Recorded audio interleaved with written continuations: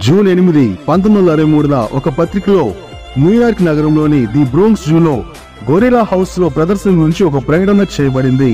అందరూ వెళ్లి ఆ జూకి వెళ్లి చూడండి అని తన పత్రికలో ప్రకటించింది.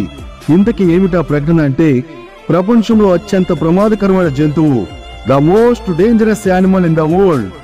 ఇప్పటి వరకు జీవించిన అన్ని జంతువులలో ఇది మాత్రమే మొత్తం జాతుల యొక్క జంతువులు నిర్మూలించగలదు.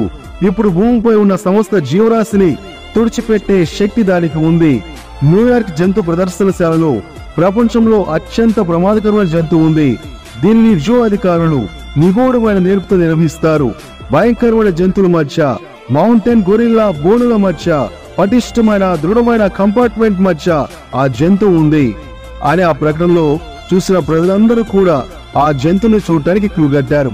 అందరూ ఆసక్తిగా ప్రపంచంలో అత్యంత ప్రమాదకరమైన జంతువు అని భయంగా వెళ్తున్నారు. వారు చూసేది నిస్సందేహంగా ప్రపంచంలో అత్యంత ప్రమాదకరమైన జంతువు. యాస్, నేను చూశానని చూసిన సందర్భాలు చెప్తున్నారు. ఇది నిజం.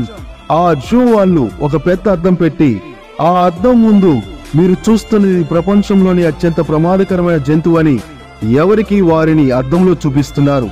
నేర్చుకోవాల్సిన పాఠం ఏంటో తెలుసా? మానవులమే అత్యంత ప్రమాదకరమైన వాళ్ళం. అద్దంలో చూసుకున్నట్టు మన ప్రవర్తనలో చూసుకొని మంచి హృదయం గల మానవులుగా మిగిలిన శేష జీవితాన్ని జీవించుదాం. అట్టి కృప దేవుడు మనకి ఇచ్చునుగాక. సందేశం చాలా స్పష్టంగా ఉంది.